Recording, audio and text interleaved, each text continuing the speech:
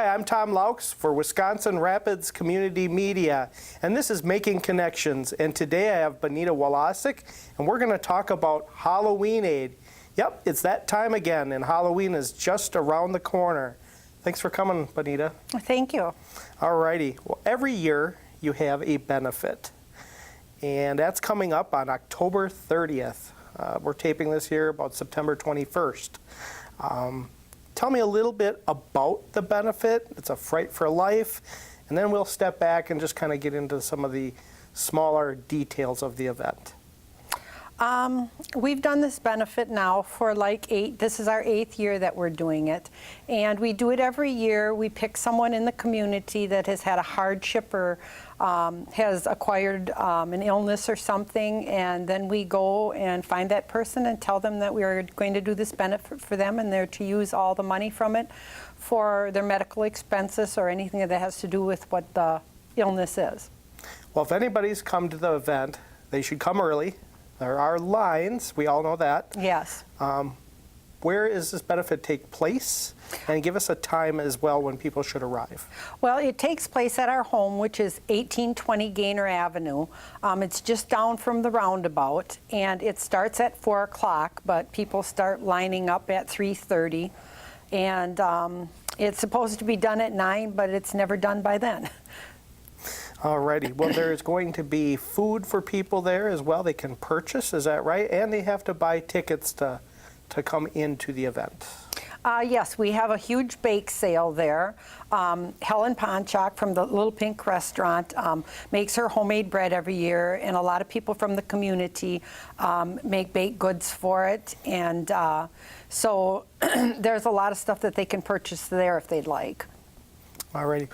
Well, if you're just joining us here on Making Connections, today I have Bontia Wolosek in the studio, and we're talking about a Halloween Aid, Fright for Life, that's going to take place on October 30th. And we're going to get into the details, how much money is raised in the past, and how many years this has been going on, and what you might see when you actually come there on that night. And that is going to be a Sunday night, the night right before Halloween.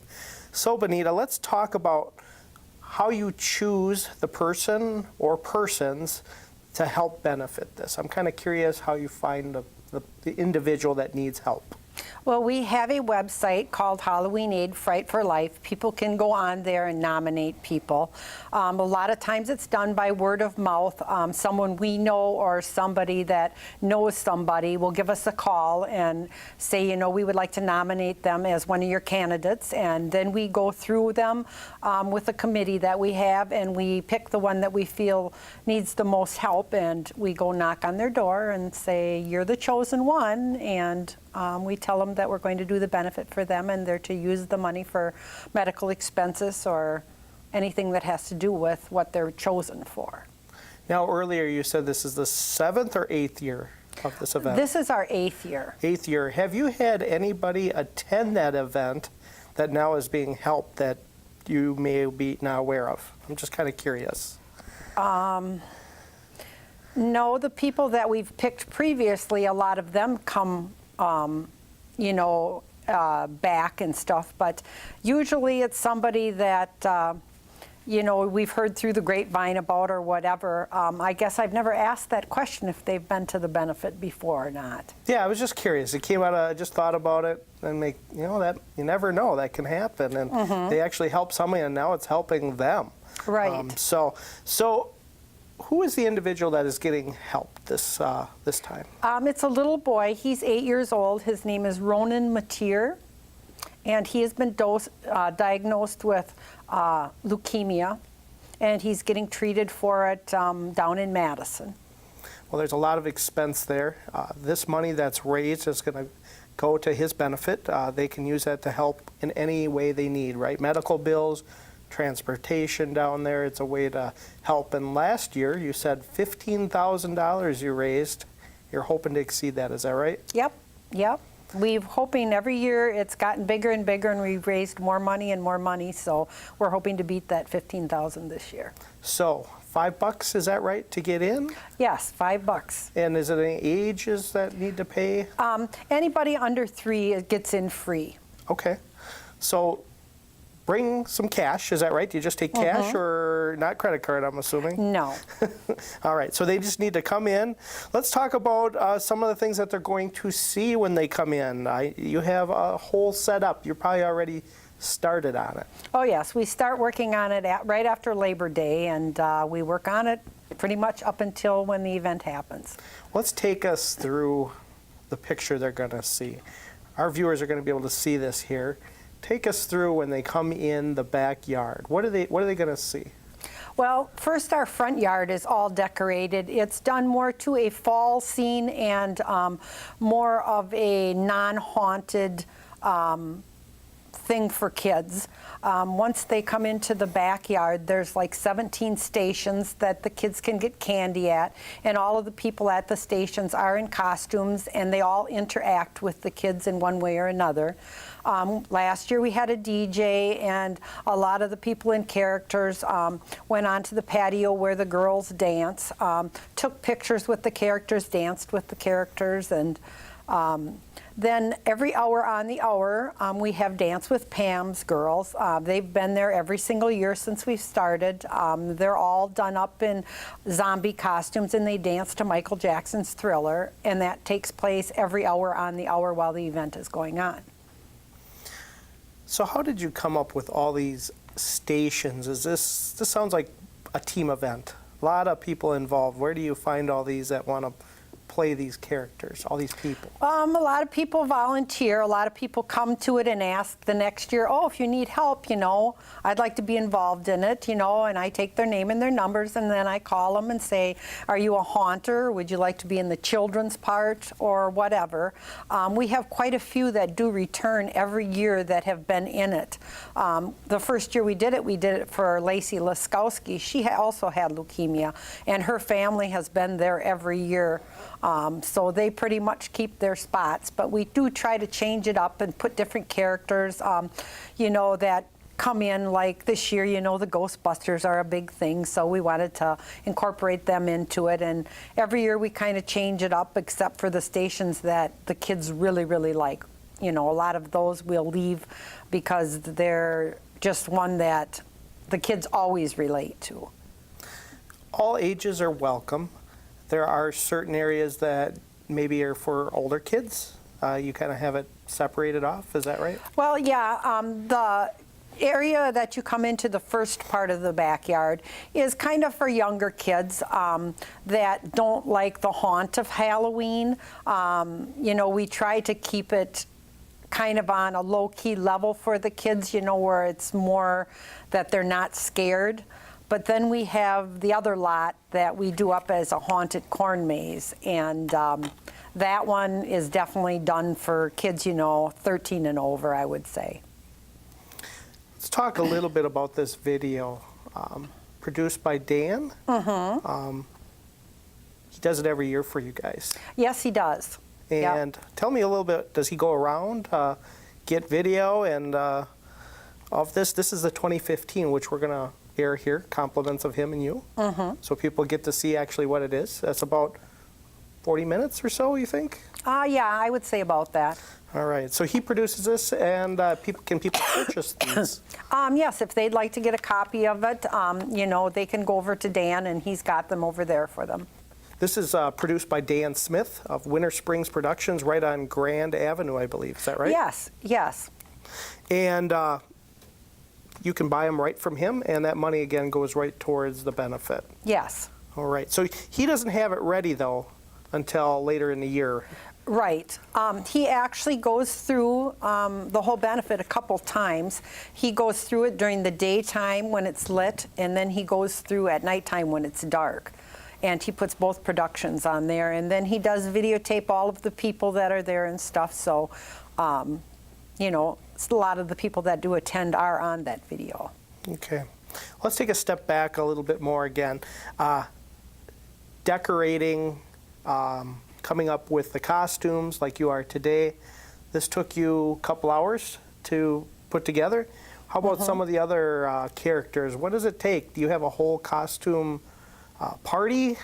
I usually contact the people a couple weeks before, have them come and pick up their costumes of where they're going to be, show them where their station is going to be or where they're going to be in the haunt and stuff. And then we usually start about 10 o'clock in the morning on the day of the event. We have 4 or 5 girls that do all of our makeup for them. So we try to have them come throughout the day. There's food and beverages and stuff for them to kind of hang out, meet the other people that are in it, and get their faces all done up and have their costumes on and get ready to go. Do you do a run through in the afternoon, or just kind of you're ready to go? Nope. Nope, I kind of, they come over, like I say, a couple weeks before. I go through, we kind of tell them what they're going to do. Out in the haunt, there's a lot of stuff that is done off of like TV shows like The Exorcist or Poltergeist or whatever. So we kind of tell them, watch the movie, pick up what is the main, themes of it or sayings in it, and they kind of put it together.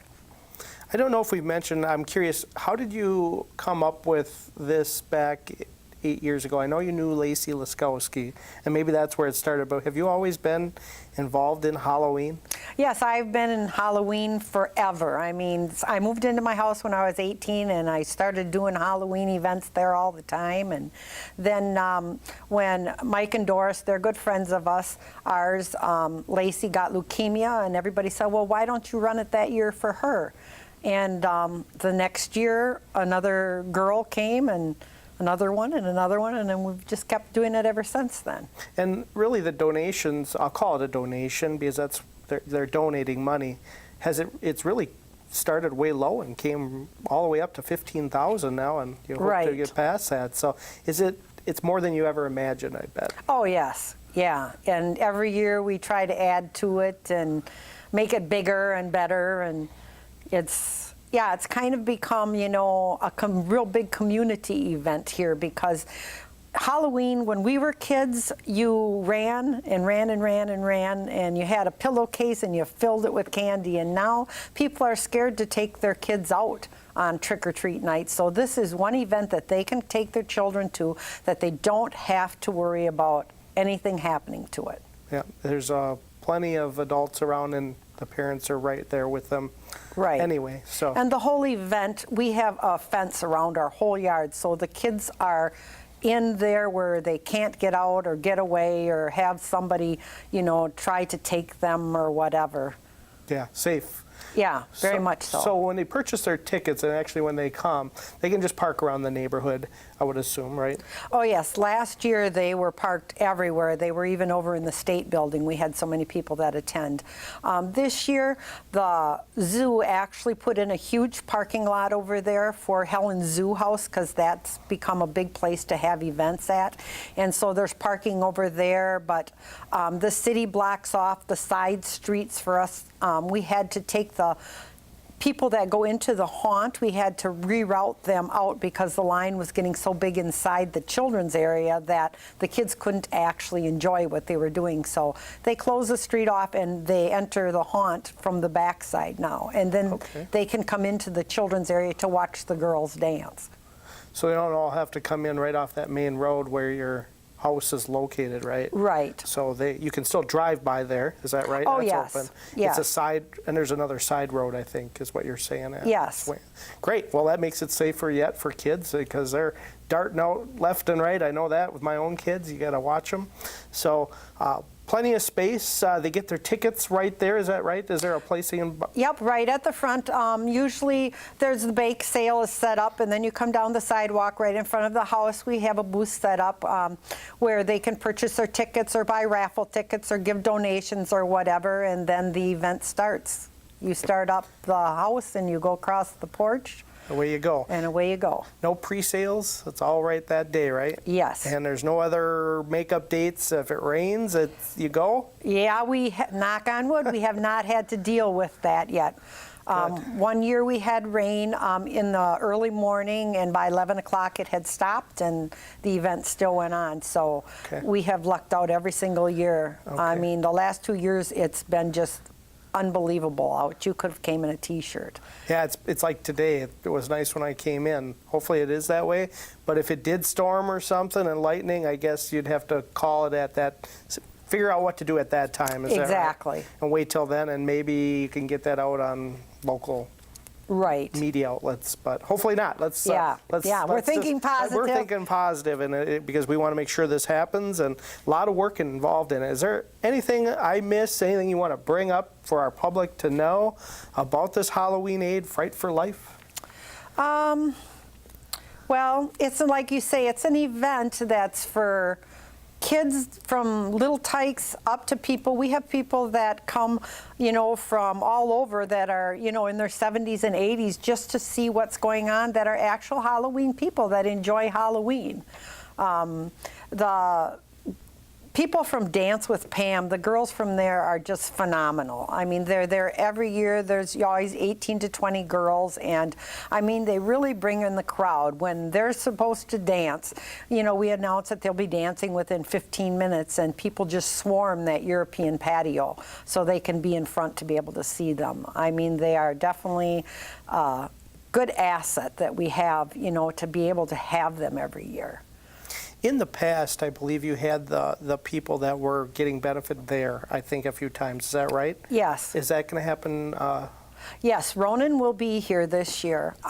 We had a couple years, like when we did it for Jason, the burn victim. He was down in the Madison Burn Center, and he couldn't be there. But his family members, came and stuff.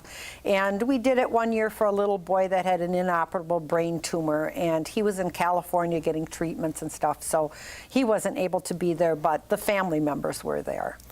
How are some of them getting better? I know some people have passed away, I think. Lacey has passed away. But how about throughout the years? Have you try to stay in contact with them? Or? Yeah, we do. We've lost 2 out of the 7. The little boy with the brain tumor and Lacey. Hannah is in remission. Jason was the burn guy. He's still having, some surgeries done and stuff. The other little girl that we did it for that had leukemia, she is also in remission, which is awesome because she was small too.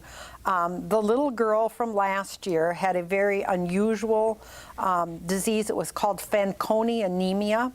And she had a bone marrow transplant last year from her sister, and she's actually starting to grow now. So everything is, everybody's doing well, as far as what can be expected for them. Well, that's good news. Yeah. You want them to feel better, and this is a benefit to help them, and they get to come. And I bet that puts a sparkle in their eye when they see all these people. Oh, yes, and yeah. I think you even get to talk to them in between maybe some of that time when the Dance with Pam, is that right? I know you have a microphone, you go out, you yourself get to talk. So you might be able to hear from yourself or even the family, is that right? Mm-hmm. All right. Yep. The little girl that we did the benefit for 2 years ago, Abby Martz, she is a quadriplegic cerebral palsy child, and we got her the van. She's the little girl, we got the van, and she is actually going to be able to come this year. So we're pretty excited about that. All right. Well, it sounds like a lot of fun. Everyone's got to mark their calendars. Sunday, right? Yes. October 30th. October 30th. Starts at 4 o'clock.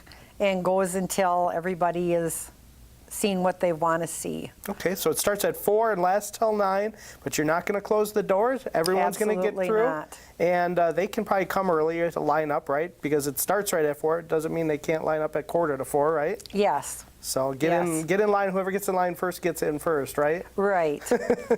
All right. Well, and then if they're hungry, they can come and get out of line and maybe get something. Is that right? Oh, yes. They'll have a stamp on their hand, so they'll be able to come and go and do as they please. I'd like to touch base a little bit on the haunt, if possible. Yeah, yes, please. The haunt has gotten to be a real big event. Like I said, we have rerouted it, and every year we seem to try to change that up. We're Last year we had some concerns about real young children going through it. They wouldn't even get through the first door part of it, and they were like, get me out of here, get me out of here. So I'd like to have parents, if they do bring their children, you know, to make sure that they're capable of going through there and stuff, because it is a haunt and the people in there do not hold back. That's what it's made for. And so that was one of our main concerns last year. But like I said, there's something for everybody there. So it doesn't matter what age they are, or, you know, they can come in costumes if they'd like to. Channel 7 and Channel 9 is there, and we try to accommodate everybody the best we can. All right, well, there's plenty for everybody, you're saying. Yes. So bring the infant all the way up to, if you're 100 years old. That's right. Come Yep. by, because there's something for everybody. And Helen's going to be there, right? Yes, I'm hoping so. She's supposed to be. She had a little fall Oh, no. a little while ago, but she seems like she's getting better and stuff. So, Does she still make bread on the side yet, like she used to, or just for this event? Yep, and she still makes Wow. cinnamon rolls every Friday. So and- if anybody still wants them, they still can do that, right? Go get them. Is she still by the Pink Restaurant Yep. over there? Yep, she actually stays in the Pink Restaurant now. Okay. So anybody can come there and get that bread like they used to, and away you go. Yep. Oh, well, I just had to give a little tip on that, so because everyone loves that stuff, and well, she'll be there, so that would be great. So. Oh yes, there's a lot of people that try to come early even to get her bread. Yeah, well, it's great. I had a chance to meet her and her husband back then, so and now he's gone, but passed away. But I hope I have the spunk she has when I'm her age. yeah, so do I. Keeps going. It's amazing. Keeps going. She It's had amazing. a special recipe, I think, that only she knows. Yep. To make that bread rise like that. So, all right. Anything else that we may have missed that the public should know about? No, just the main thing is it's a place where kids can go, and you don't have to worry about them. Anybody that likes Halloween will enjoy themselves there, and it's become a community event and it's become a tradition, and everybody should come out and see it. All right. Well, thanks for coming by, sharing all that information for us and our viewers. We really appreciate that. Hope you get tons and tons, thousands of people. It'd be neat if you could even get to that $20,000 mark. I know That would be that's awesome. 5,000 more, but you know, it can happen. And we get a beautiful day and it's 80 degrees. Come on out. So all ages are welcome. So thanks again for coming by. And thank you guys for watching us here on Making Connections. I'm Tom Loucks, Multimedia Coordinator here for the City of Wisconsin Rapids.